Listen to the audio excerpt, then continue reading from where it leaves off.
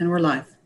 All right, good evening, everyone. We have a two-part agenda this evening. We'll start with our Committee of Adjustment. We have one consent application to consider.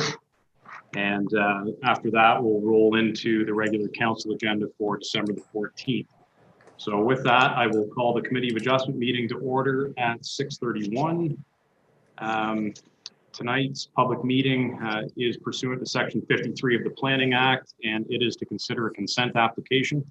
Consent application B20-04 is for a property located at 221 Owen Sound Street. The purpose and effect of this application is to sever a portion of the property to have a land area of 300 square meters to create a new residential lot on the subject land. Provisional consent, which was under file number B19-02, was previously granted for this property for the same proposed lot on May 27th, 2019. However, the conditions were not fulfilled prior to the lapsing date. The current application will reestablish the previously granted provisional consent if it is approved by the committee. And I will ask the clerk for the method of notice for tonight's public meeting.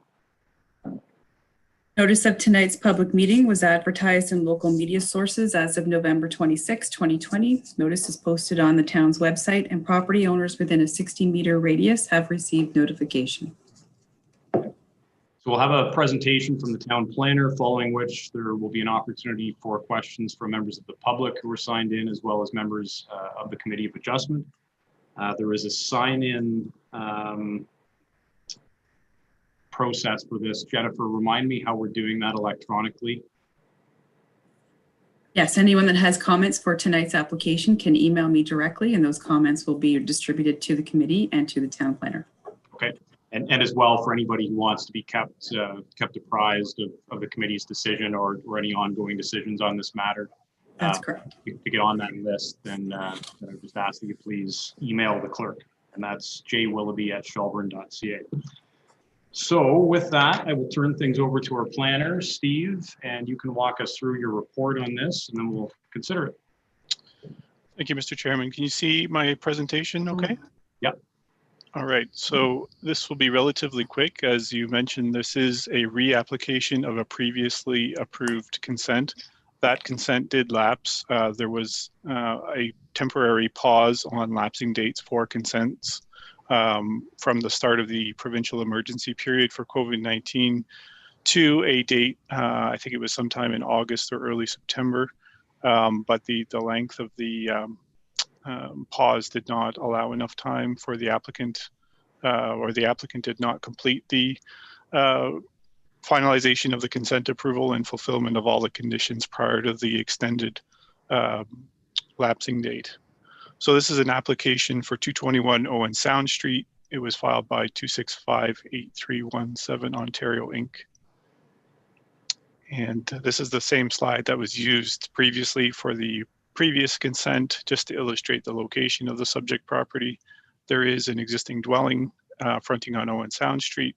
There is an existing driveway off of the south side of 2nd Avenue East, actually within the existing right-of-way of 2nd Ave. And the land to be severed is essentially the backyard of the existing residential lot.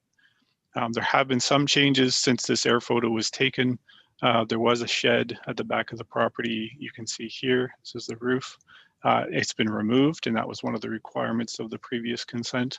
And a new parking area has been constructed in the rear yard of the retained lot. You may recall, as part of the previous consent application, there was a concurrent rezoning application, and the house through that rezoning application was permitted to be used for up to 3 dwelling units.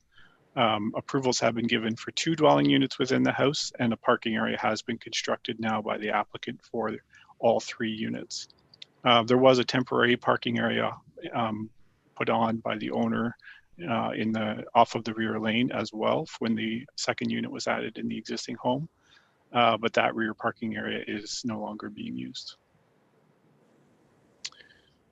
This just provides a bit of a broader area context. You can see the subject properties within a larger residential area north of the downtown of Shelburne.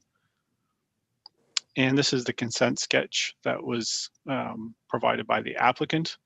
And we've indicated the zoning information on the sketch as well. You can see the existing single detached dwelling is outlined here. That's the retained parcel outlined in green. That parcel is already zoned R4-6 as part of the previous rezoning in 2019.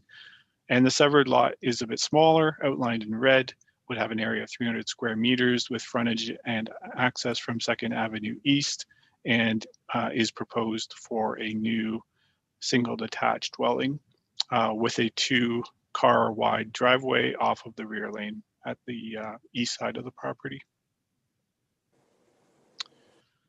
This just details the zoning information for the property. Again, the rezoning was approved in 2019 along with the previous provisional consent. And it just recognized the location of the existing dwelling on the retained lot and all of its setbacks, as well as the permission requested by the applicant to have 3 dwelling units within that existing house. For the severed lot, there are some approved reduced yard requirements. The minimum front yard is 3.8 meters. The minimum interior side yard was enlarged to provide space for parking along the east side. So it's 6 meters, which is an increase from the normal requirement of 1.2 meters. And the west yard was enlarged as well to account for the reduced front and rear yard from 1.2 meters to 1.5 meters. And the minimum rear yard was reduced to 3.6 meters. We have provided a copy of the correspondence received through the application circulation. You'll see that there were no objections through the circulation. I just wanted to highlight that there was a comment from county planning regarding the property being located within a source protection area for the wellhead protection zones. In fact, that's just based on some outdated mapping, and we have confirmed with the town's risk management official from the NVCA that the property is not within a wellhead protection area. And so there's no source protection plan restrictions on the property. The lot is capable of being serviced with water supply and sanitary services.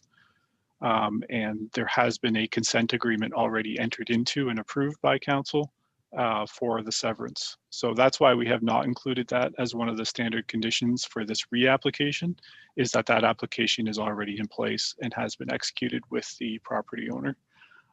So that will require the owner to complete all of the servicing, drainage, and grading works required for the development of the new lot, as well as any changes to the existing services. The parking area is covered as well for the existing retained lot. The other 4 conditions here are recommended, are standard for any severance. There is a cash in lieu of parkland payment still owing, as well as a secretary treasurer's fee and the certificate. We have not yet received the draft reference plan either, but if this is approved with these conditions, the applicant will have another 1-year period to satisfy those conditions. So I'll stop sharing my presentation there, and I'd welcome any questions if the committee has any. Thank you. Thanks, Steve. Are there any questions for the planner? No? If not, would there be any committee member willing to move and second a motion to approve the application? Buffett, seconded by Fegan. All right, so I'll read the motion. After considering the application, the committee is satisfied with allowing this consent for the purpose of severing 300 square meters from the original 666 square meters. The committee, having regard to those matters under subsection 51, sub 24 of the Planning Act as amended, resolves to grant provisional consent subject to the following conditions being fulfilled. Number 1, the Secretary Treasurer's certificate under subsection 53, sub 42 of the Planning Act as amended shall be issued and the Secretary Treasurer's fee be paid. Number 2, the payment of cash in lieu of parkland at the rate of 5% of the value of the new created lot. Number 3, approval of the draft reference plan as applicable shall be obtained at the Committee of Adjustment Office, which is the Town of Shelburne Municipal Office, and the required number of prints, which is 3 of the resultant deposited reference plan, shall be received. And number 4, the conditions are to be fulfilled and the consent is to be finalized on or before 1 year from the date of the issuance of the committee's notice of decision. And there's a note that this is not a stipulated consent subject to subsections 50 sub 3 and sub 5 of the Planning Act. Any discussion on that motion? All in favor? Carried. Okay. Mr. Chairman, if I may, I do have one letter from the owner. I just wanted to raise that it's addressed to council and will come back to a future council meeting, just as an FYI to the committee. Okay. So the owner, Mr. Sandy Brown, has submitted a letter today just requesting consideration of some reduction of the application fee in light of the fact that this is a reapplication of a previously approved application. So in speaking with the clerk, it's my understanding that that letter will be brought forward at the next available council agenda for council consideration in January. Excellent. Thank you, sir. Thank you. Anything else, Steve, on this?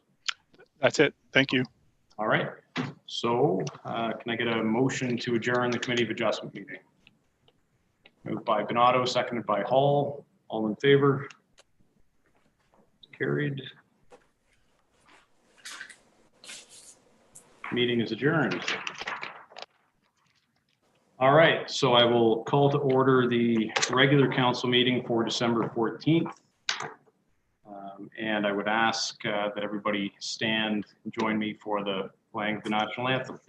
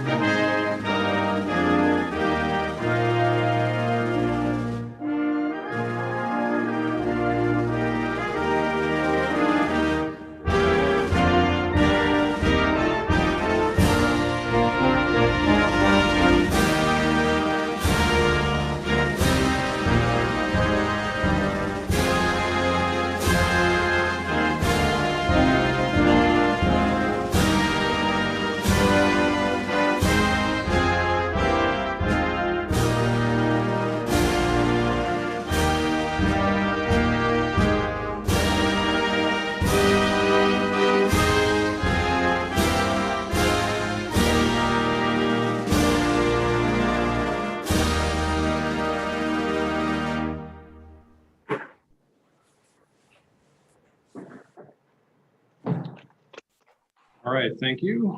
And we'd also like to acknowledge the traditional territory of the Anishinaabe, including the Ojibwe, Potawatomi, and Chippewa, and the people of the Three Fires Confederacy. Are there any disclosures of pecuniary interest before we get going? Councillor Wagner? Yes, I have one for the closed session. Okay. All right, so Jennifer, is Councillor Wagner just excluded from that breakout room? Yes. Okay, excellent. All right, so we have minutes from the November 23rd council meeting in the package. Can I get a mover and seconder to approve those minutes as presented and circulated? Moved by Councillor Hall, seconded by Councillor Donato. Any discussion on those minutes? Okay, all in favor? It's carried. All right, so that brings us to closed session. So as per section 239 sub 2 sub E, we enter into closed session to discuss litigation or potential litigation, including matters before administrative tribunals affecting the municipality or local board. Can I get a mover and seconder for that? Councillor Fegan, second by Councillor Hall. All in favor? Carried. Okay, so I guess just hang on here and we'll be moved into a different